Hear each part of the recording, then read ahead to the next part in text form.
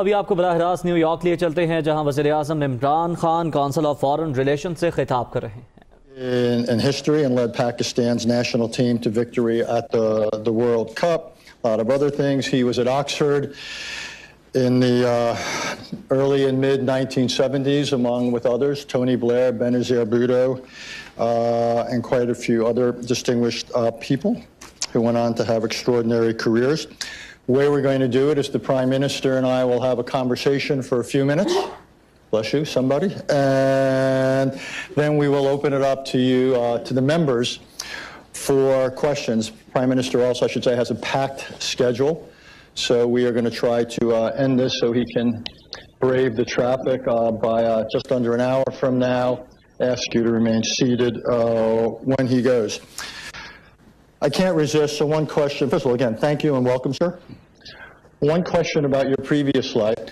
Is there anything that you took from your previous life of cricket that has served you well in the world of politics that you now find yourself? Well, Richard, thank you very much first for inviting me here, giving me an opportunity to talk about my country. Cricket, like any sport, I think it teaches you the most invaluable lesson of life.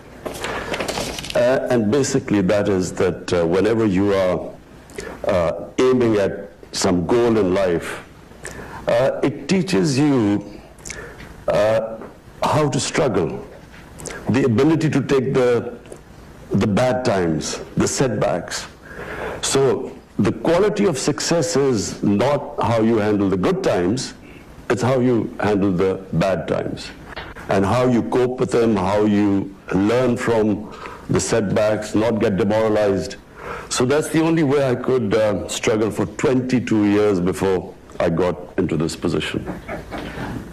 Well, speaking of struggle, let's talk about your economy for a minute, if we may. Over the years, I believe Pakistan and the International Monetary Fund have reached more than a dozen agreements. You just reached one rather recently, I think on the scale of $6 billion. You yourself, when you ran for this job, you were critical of it, yet you've now entered into it. Why is Pakistan having such difficulty economically that it has to repeatedly turn to the IMF? You see, it's the moment you have a deficit, whether it is current account or fiscal deficit, means you're not managing your economy properly, and it's just like a household. If the house is going into a deficit, you have to raise your income, cut your expenditure. So this inability of successful governments to manage our economy is why we keep landing up with the IMF. We inherited, unfortunately, the biggest current account deficit in Pakistan's history. And so the first year has been a real struggle to basically fix this deficit. And I'm very proud to say that we have really cut down this deficit almost by 70%. We now have an economy which is heading in the right direction. Simple reason was that previously we had a 5% growth rate, but that was based on imports. This time what we are doing is restructuring the economy so that it's an export-based growth rate, which is really how an economy goes up.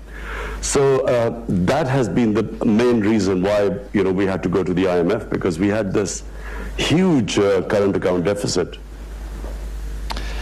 Also wanted to talk about your relationship with China. Pakistan is on the short list of the countries that receives the most Belt and Road investment from China. So there's really two questions flow from it.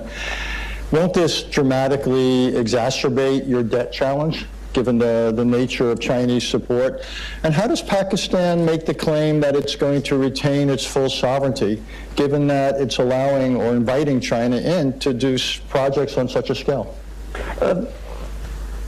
First, let me just say that the situation which we found ourselves in when 13 months ago we came into power was probably the worst economic situation. And so China really helped us when we were right at the rock bottom. They helped us, supported our, by giving us funds for our foreign exchange reserves, very important at that time. In fact, we were staring at a default. So China helped us along with Saudi Arabia and UAE to beef up our reserves. And what China offers us right now as an opportunity, they have a $2 trillion import market. And so China has given us a preferential trade agreement where we can export to China at the same terms as the ASEAN countries. So this is a great opportunity. Apart from that, we have this opportunity now to get Chinese industry to relocate in Pakistan, bring in technology. So China has given us a great opportunity to lift ourselves up from where we are right now.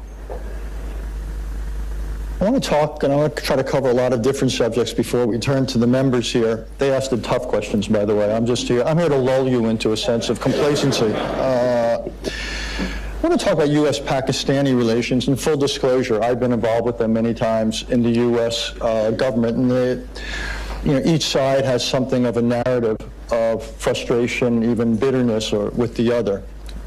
I want to quote a sentence or two from the memoir of Jim Mattis. James, until recently, was the U.S. Secretary of Defense.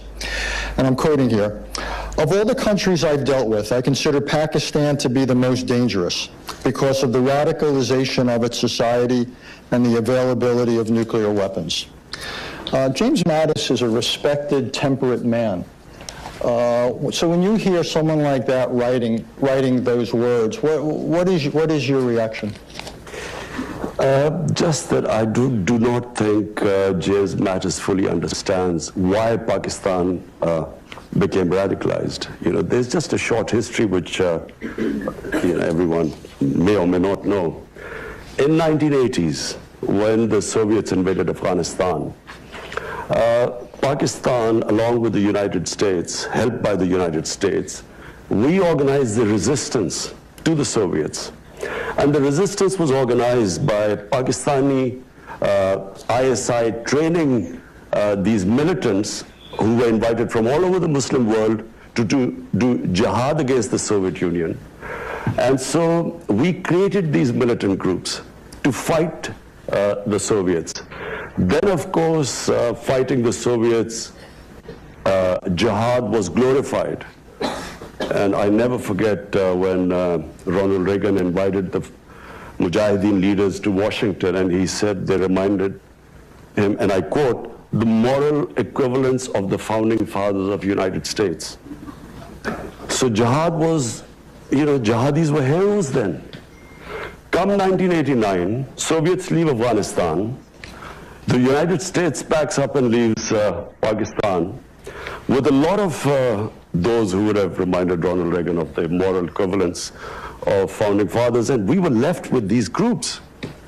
And then comes 9/11, and Pakistan again joined the US in the war on terror, and now we are required to go after these groups as terrorists, who were now they were indoctrinated that fighting foreign occupation is jihad.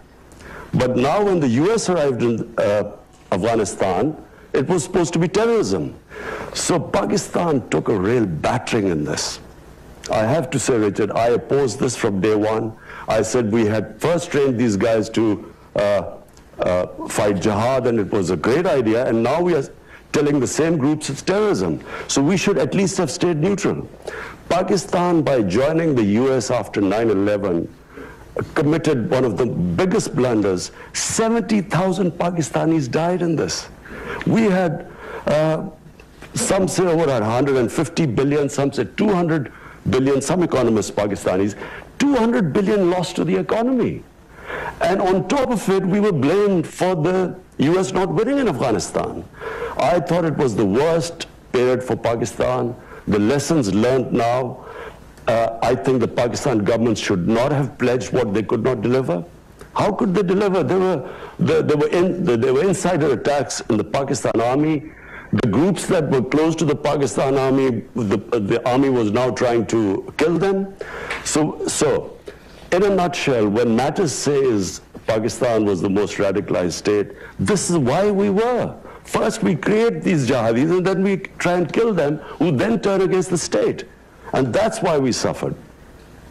Isn't, though, the criticism fair that you are partially responsible for our difficulties in Afghanistan because Pakistan continues to accord sanctuary, provide sanctuary to the Taliban, and even if you can't always succeed against radicals who are on your territory, it seems to me it's totally legitimate for the United States to expect 100% effort.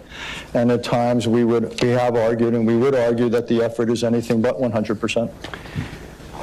You know, look, here was someone who kept saying that there's never going to be a military solution in Afghanistan. I kept telling Pakistan government whenever I had a chance. I came here in 2008. President Obama had not taken office. I spoke to senior Democrats. I told them that there will never be a military solution in Afghanistan, simply because I have read the history of Afghanistan. You just have to read the history. They fight each other. The moment a foreigner comes through, they all get together and the resistance starts. Started with the British, you know, 3 times the British tried. The Soviets killed 1 million Afghans. They were still, the resistance was stronger after 1 million Afghans had been killed. So I kept trying to tell this. I tried to explain to, I remember meeting Joe Biden, John Kerry, Harry Reid. I, tried to explain, and I realized they hadn't a clue. No one understood Afghanistan. The politicians didn't understand what was going on. And this madness kept going on, and Pakistan kept being blamed. Now, Pakistan had right now, but it had even more. We have 2.7 million Afghan refugees in Pakistan. There are camps of 500,000 refugees living there. How do we know who's coming in and going out?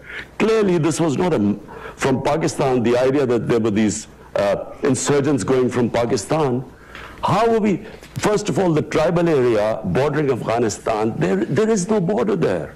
The Durand line is a line made by the British, which there is no border there. Now we are fencing the border because of the allegations that fighters are going from Pakistan. We're fencing the border. We've also time and time said that, look, if you want Pakistan to completely stop anyone going across, then take the refugees back, 2.7 million people. But it's not possible that that 2.7 million refugees there and expect Pakistan to completely shut the border. Having said that, I do not think that it's because of Pakistan the US has not been able to succeed in Afghanistan, simply because there is a history behind it. It was never going to happen. And fortunately, President Trump has done, by him forcing there to be a dialogue, and then this peace deal, which was just about to be signed. This is painful for us. The peace deal was about to be signed, and President Trump has, we read it in the papers. I mean, we should have at least been discussed with us, but now I'm meeting President Trump later on, and I will try and tell him that, look, there's not going to be a military solution. For 19 years, if you have not been able to succeed, you're not going to be able to succeed in another 19 years. I actually agree with you that there can't be a military solution. What I doubt is that there could be a peace deal that holds. So even if there were an agreement with the Taliban, what is there about the DNA of the Taliban that leads you to believe that any peace they would sign would be anything more than tactical? I feel that this is not the Taliban which was there when in 2001, who was displaced by the US. Things have changed. They say that you only cross the river once. This is realities have changed. They have learned. Taliban realize that they cannot control the whole of Afghanistan. The Afghan government knows that they cannot, there needs to be some sort of a peace deal. There has to be a political settlement. Let's just face it. You only have two choices. Either you fight or you have some sort of a political settlement. There's no point in fighting anymore. I wish that this deal had been signed, there would have been ceasefire, and then we would have proceeded towards the only way there's going to be, the US is going to eventually take the troops out and there'll be peace there. So, I agree with you, Richard, it's going to be tough. I never for 1 minute assumed that this is going to be easy, but it is the only way. Actually, I actually think there is a slightly different way, which is, one idea is we would fight for military victory. I agree with you, that's not within reach. I am profoundly skeptical of a peace agreement.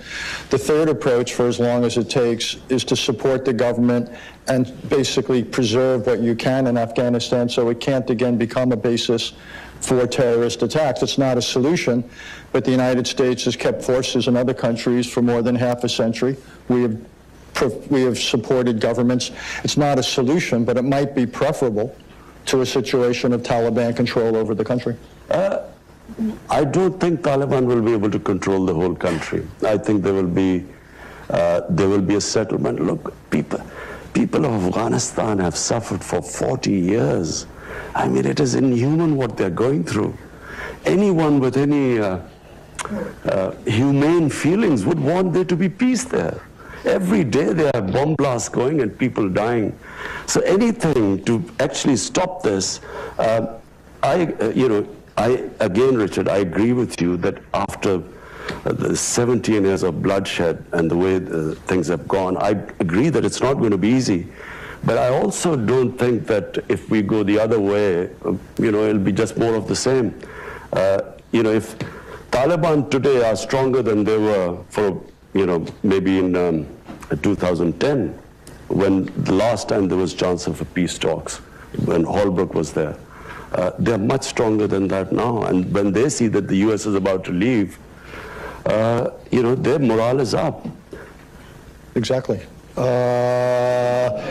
Which is why some of us are skeptical. But no, so what I mean is that military is not the solution. If they're now feeling stronger than before, they're not going to be able to give up if you kill or bomb more of them. I'm going to move on, but thank you. I think it's an important exchange. Osama bin Laden, when he was found and killed by American troops, he was just outside of your capital. Has there ever been a Pakistani investigation, a government investigation, as to how that could have happened? That he could have been living there for so long? There has been an investigation, but I don't know whether as far as I know, the Abbottabad Commission sat down, and I don't know what the conclusion was. But I can tell you one thing. You see, I again go back. The Pakistani army, ISI, trained Al-Qaeda and all these groups to fight in Afghanistan. There were always links between there had to be links because they trained them. Now, as I said, after 9/11, when we did a 180-degree turn and went after those groups, not everyone agreed with us. But in the army, people didn't agree with us. And so, as I said, there were more insider attacks in Pakistan. General Musharraf, there were 2 attacks on him, suicide attacks on him, which were insider from within the army. So people, so as far as I know, and I think there was a statement by President Obama that Pakistan military, the army chief, the ISI chief, had no idea about this. Because I think they were listening, to the conversation the night the raid took place. And they said so.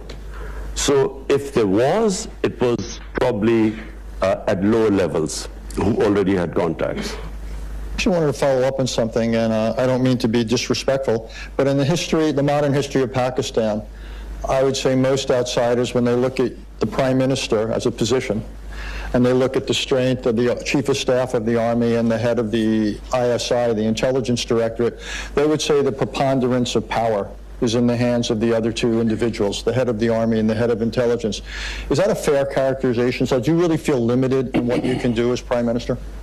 Look, in any democracy or any form of government, democracies function because of moral authority. If democracies lose their moral authority, then the physical strength and authority lies with the army. In our country, because space was given due to a lack of moral authority, because of corrupt governments, the army, naturally there's no vacuum, so it moved in. I can tell you that since I have been 13 months in power, every policy of mine is in our manifesto. We wanted peace with all our neighbors. We opened the Kartarpur corridor, opening up. Normally this would have had security implications. Our security forces would have resisted. Our policy with Afghanistan, which we reached out immediately to Afghanistan, to President Ghani. I have invited him to Pakistan. We speak regularly if there's any issue. Every policy of my government, which was peace with our neighbors, has been backed by the Pakistan army. I'll even go further. The only time the Pakistan army has cut its military budget is when my government started an austerity campaign and they followed, and they actually took a cut in their military spending. It's never happened before. I can tell you that all policies of my government have been completely backed by the army. When I spoke to Mr. Prime Minister Narendra Modi, I told him New York में वज़ीर आज़म Imran Khan council of foreign relation से खिताब कर रहे हैं। इस दौरान वज़ीर आज़म की जानिब से जवाब दिए गए सवालों के उन्होंने क्रिकेट से मुतालिक पहले सवाल का जवाब कुछ इस तरह से दिया और कहा कि खेल आपको ज़िंदगी का अहम सबक सिखाते हैं। खेलों से आप अपने हदफ को पाने के लिए जिद्दोजहद करना सीखते हैं। In past, it may be true, and I repeat, it's because governments lose. When democratic governments don't have militant wings, they have only moral authority, and that's much more powerful than physical authority. Just two more questions for me. Since you raised India, I wanted to get to it. It may have been your hope to have improved relations with India. Needless to say, it hasn't worked out that way. So, along the way, you said some pretty brutal things about Prime Minister Modi and about the philosophy of the BJP and so forth. So what is a realistic path? Because one analogy I often draw is at the height of the Cold War, the U.S.-Soviet relationship had far more dimensions to it, far more substance to it than the India-Pakistan relationship has now, in terms of diplomatic contacts, economic contacts, and the rest. So how do we take this relationship between two nuclear-armed rivals that have a history of conflict? How do we make sure the future doesn't resemble the past? Well, Richard, let me say one thing. This is very sad where we stand today. From day one, I have written letters. I've spoken to Prime Minister Modi about we have common issues. We have poverty. Poverty is big in the subcontinent. Any government that should come, the number one priority should be to deal with poverty. Climate change. We stand the subcontinent. I mean, our glaciers are melting at a rapid rate. We need to combine together because there are hundreds and millions of people that are going to be affected. So I called him up and I said, look, let's just have a new chapter. Let's reset our relationship. And he talked about terrorism, and I said, look, I give you an assurity. It's not because of pressure from India or anyone. It's a policy that we will not allow any militant groups in Pakistan. We were dismantling from day one, and again I talk about the army. Had the army not helped us, we would not be able to dismantle these militant organizations, a legacy of the 80s. And they were helping us. So I told him, I said, let's base a relationship on mutual trust. Because, the problem we have is the two countries didn't trust each other. Our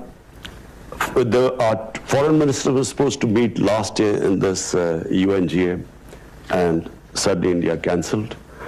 And then we thought maybe, you know, they don't want to get closer because of the Indian elections, because it's a nationalist, BJP is a nationalist party. One of the agenda, of course, is, you know, they're hard on Pakistan. So we stayed back. Then, of course, Pulwama happened, where this Kashmiri boy blew himself on an Indian convoy. Immediately we were blamed. I went on air, I said, look, you give us any indication that a Pakistani was involved, we'll take action. They bombed us. The jets came and they bombed us, and so we retaliated, no loss of life, but on the way, two of the jets went down, one in Pakistan. The pilot we captured, we immediately gave him back, saying you didn't want any escalation. But what did, in the election campaign, it was all about how Pakistan was petrified, and that's why they quickly returned the pilot, and how Pakistan will be taught a lesson. The whole election campaign, you just have to read. It was all about anti-Pakistan and how Pakistan would be taught a lesson. We still thought, okay, let the elections be over, we'll again resume. Elections are over, and we again resume at nothing. And then we find India is pushing us in the blacklist of FATF to bankrupt us. That's when we started thinking this is something, there's some sort of an agenda going on. And then, of course, Kashmir took place on 5th August.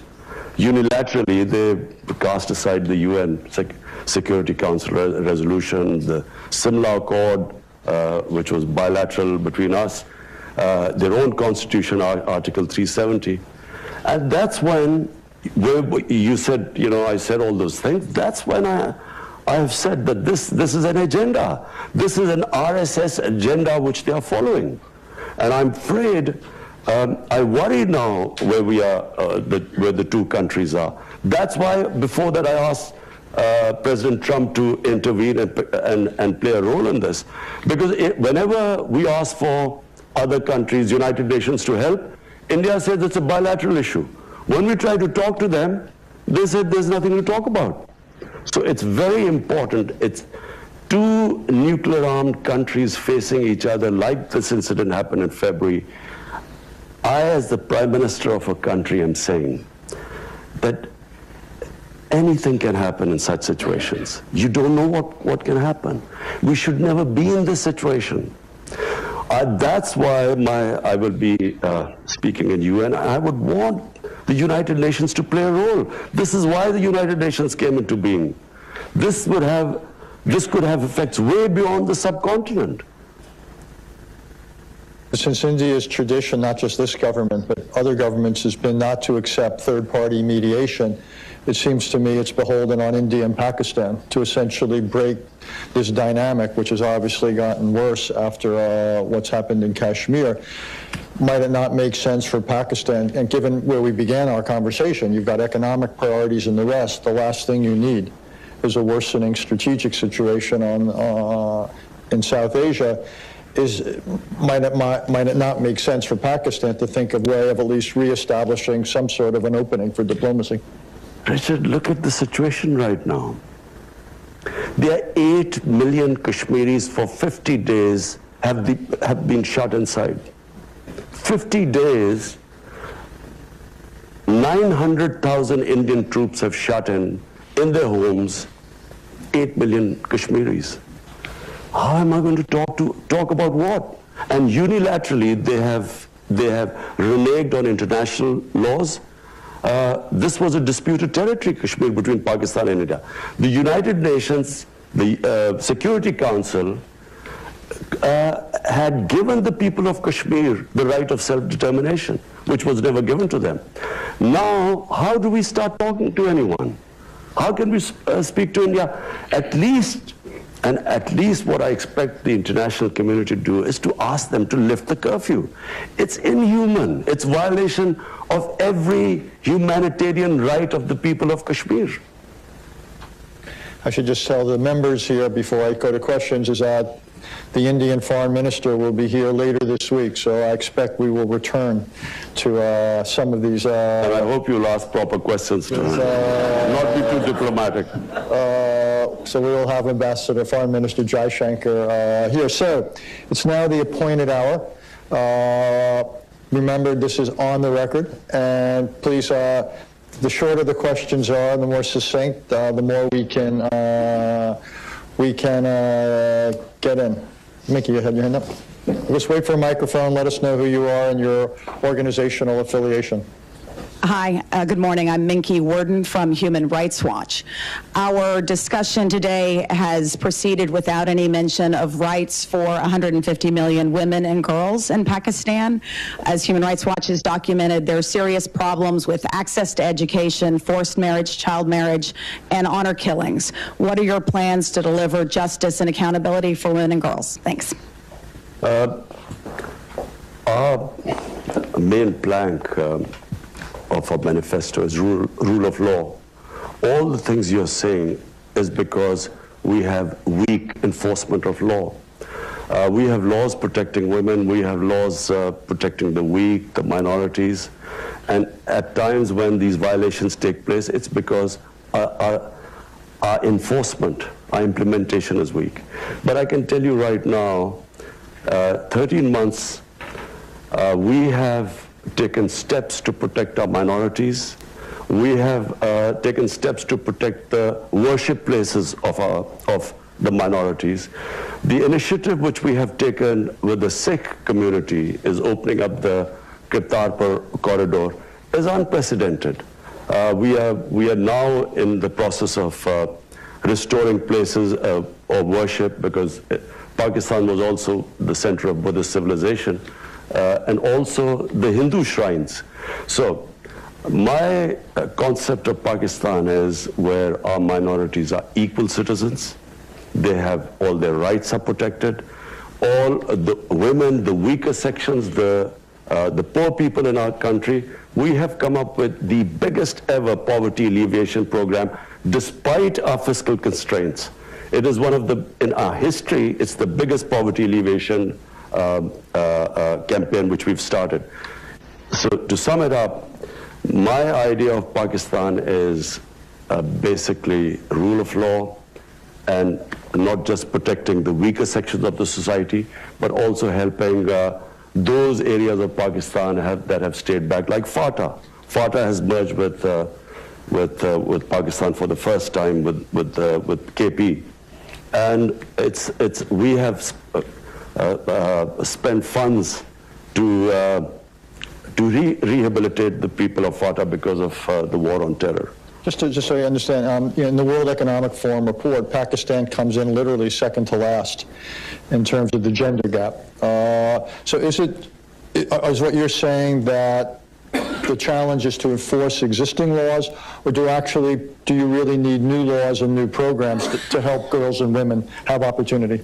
You don't need new laws, but you need special packages for those sections of the society which have been left behind, which includes, this program we have is one of the biggest, the most comprehensive program for women in rural areas to lift them out of poverty.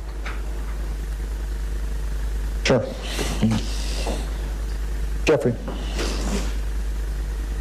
Jeff Laurenti. Mr. Prime Minister, following up on your answer just now, which broadened the aperture from women to the minorities in Pakistan, and Richard's earlier question about radicalization there, you have seen bombings of Shiite mosques in Quetta and elsewhere, the assassination of Governor Salman Taseer by an Islamic extremist, the capital death penalty case of Asia Bibi, who was finally allowed out of Pakistan for being a Christian who didn't entirely reverence the Prophet Muhammad. And you have publishers who are fearful of Islamist attacks and such.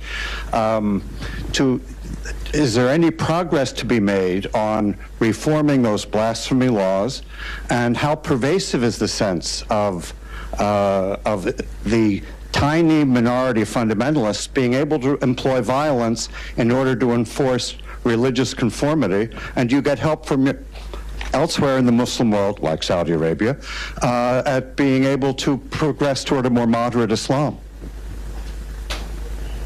Okay, first let me clear one thing. There is only one Islam. There's no such thing as moderate Islam or radical Islam. I even heard yesterday that there was this radical Islam. There is only one Islam. Islam, like all human communities, has its radicals, majority moderates, and then of course some lunatics who every human society has it. There you might have your racists. When I first went to England, there were these skinheads who would beat up people because of the color of their skin. So there is only one Islam, and the Islam we follow is the Islam of Prophet Muhammad sallallahu alaihi wasallam. And that Islam, according to the Prophet, all of us are born children of Adam, so we are all equal, regardless of our color of our skin. That Islam gave complete rights to minorities. In the state of Medina he created, a Jewish citizen wins a case against the Khalifa, the head of state. He loses a case against a Jewish citizen, which means that they were equal citizens if they could stand and win against the head of state. That's the Islam we follow. In my vision of Islam, all human beings, regardless of their religion, are equal. Now, if we have not been able to enforce our laws, it's because, unfortunately, we have ruling elites that have kept themselves above law. And when that happens, and Pakistan is not the only country like this. There are countries where you have sections of populations, the elites, above the law. And when that happens, there is no rule of law. Then might is right. So my party is called Tehreek-e-Insaf, Movement for Justice. And justice means justice for all human beings. In fact, for me, justice means for animals too. Because in the state of Medina, who we look up, for Muslims there is only one model, and that is the Prophet created the state of Medina. That state of Medina gave rights to women first time, property rights. That state of Medina first introduced progressive taxation. First welfare state. State took responsibility of handicapped, orphans, widows, poor. That state of Medina had rule of law. No one was above law. So, and as I quote, a Jewish citizen could win a case against the head of state. That's the state we want. That's the ideal we move to. Unfortunately, we are not close to that ideal, and this is why 13 months on the line, we have, at least what we have done is, no one would have touched the criminals who plundered our country. No one would have been able to put them in jail because there was one law for the powerful and the other for the weak. So it's a process. It's not going to happen overnight, but this is my ideal. Yes, ma'am. Thank you very much, and thank you for your comments. My name is Reena Amiri. I'm from NYU, and I'm an Afghan American. And you're right that Afghans are tired of war. They desperately want peace. And they supported Ambassador Khalilzad's efforts. But it was a peace process that left them deeply anxious, and they felt it was imbalanced in favor of the Taliban and that it emboldened the Taliban. They would seek the support of Pakistan for reigniting peace talks, but one in which a number of the issues that they are concerned about are on the table, including having talks with the Afghan government either directly or through proximity talks. They want more explicit language from the Taliban on women's rights and minority rights. And they want more explicit language denouncing terrorism or links to Al-Qaeda, none of which were there when this agreement was nearly signed. Thank you. I would just like your comments, and if that peace process, if and hopefully when it's reignited, what support can the Afghan people get from Pakistan in this regard? Thank you. Well, number one, what the people of Afghanistan have gone through, forget me as a Pakistani, as a human being, we should all pray that they have peace. Because, you know, I've watched, you hear every day on a daily basis the sort of bloodshed that's going on. Now, I just repeat very quickly, there are only two ways right now. One is we keep going this way, which is military action, and I believe this will just keep going on.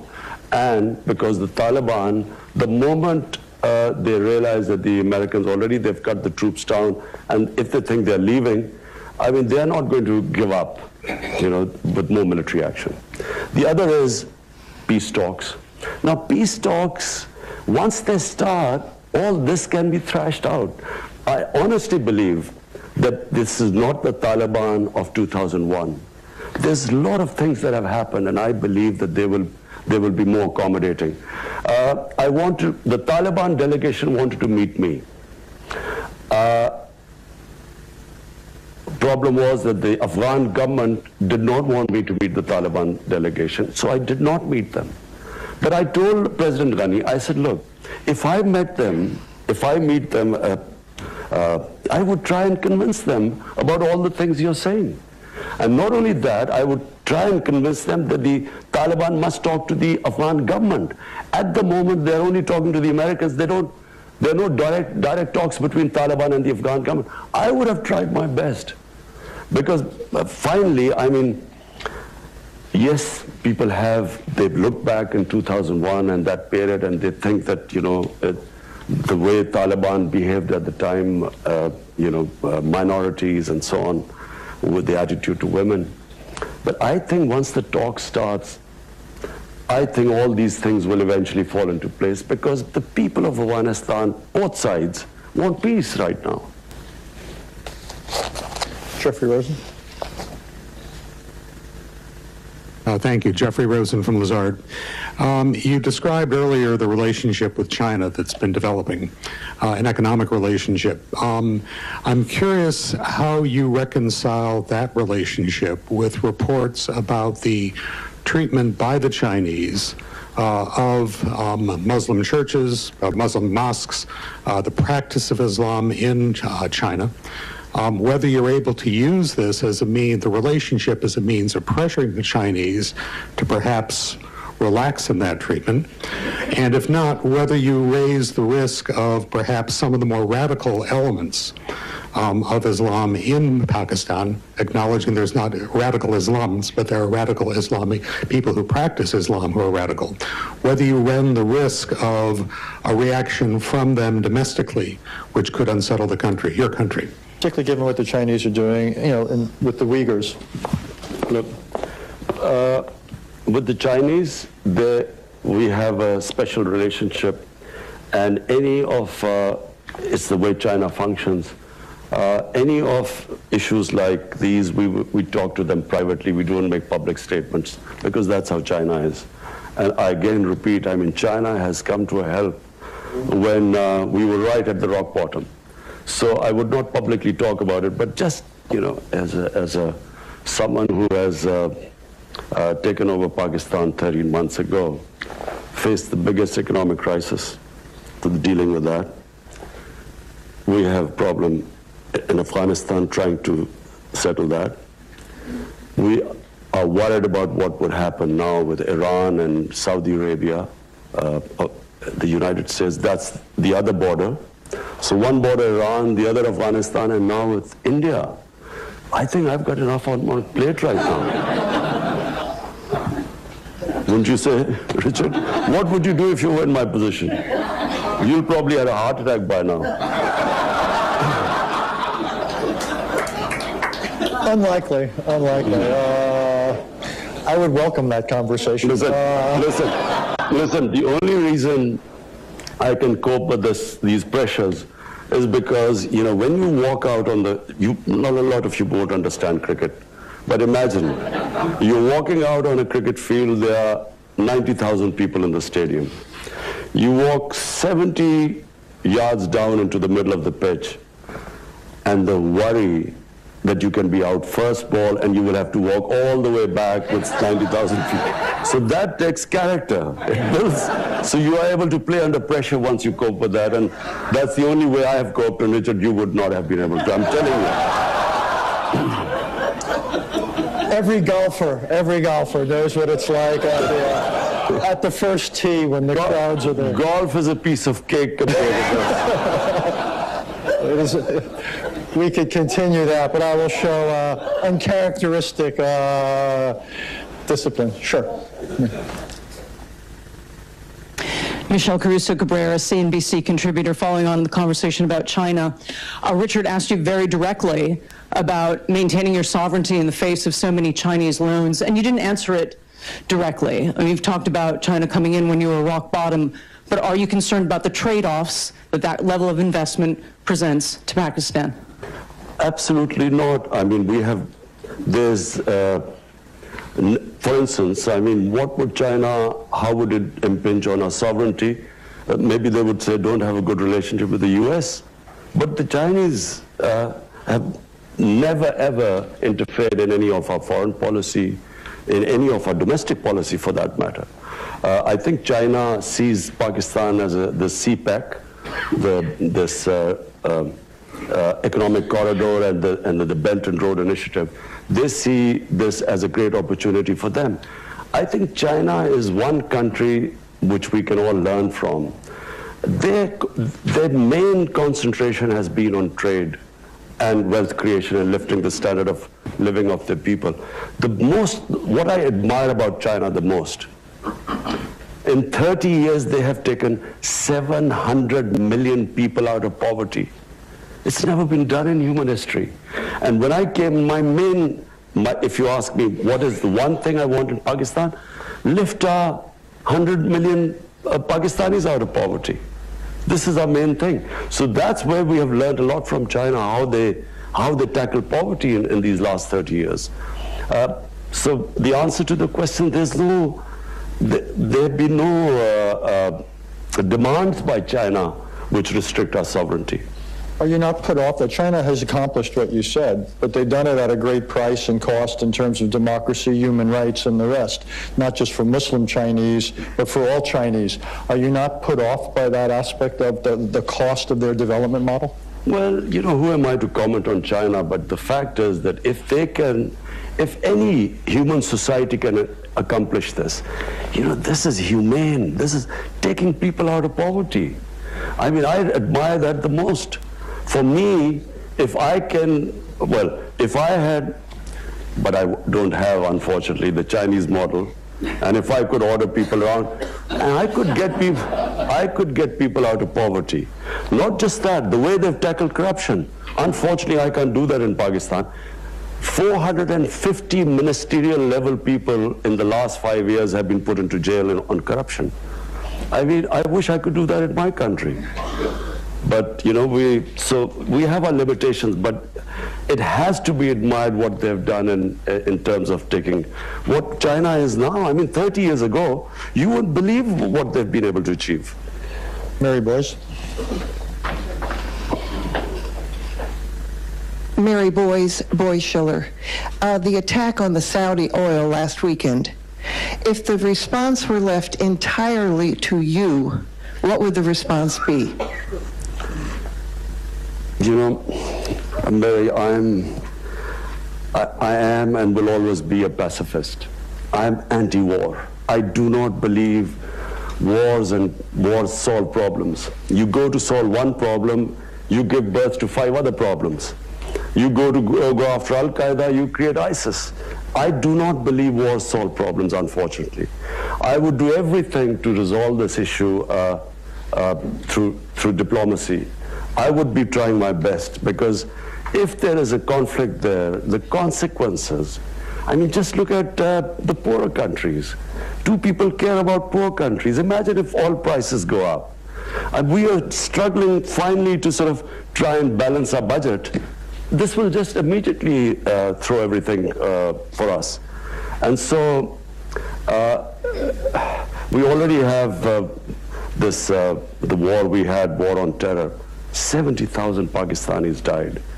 And it's a lesson my government, people of Pakistan have learned, that we will avoid conflict at everything. And we can't afford another conflict going on in our neighborhood.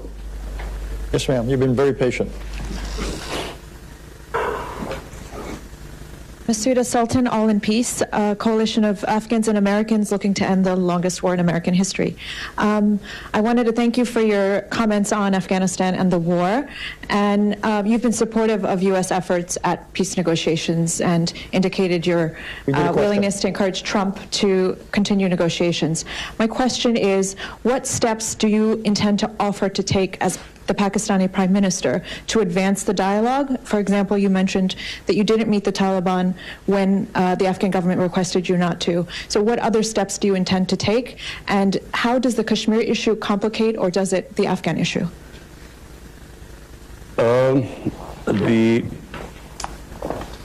What I was planning to do was, this deal was about to be signed. The moment this deal was going to be signed, I would have met the Taliban leaders and I would have immediately made them sit with the Afghan government.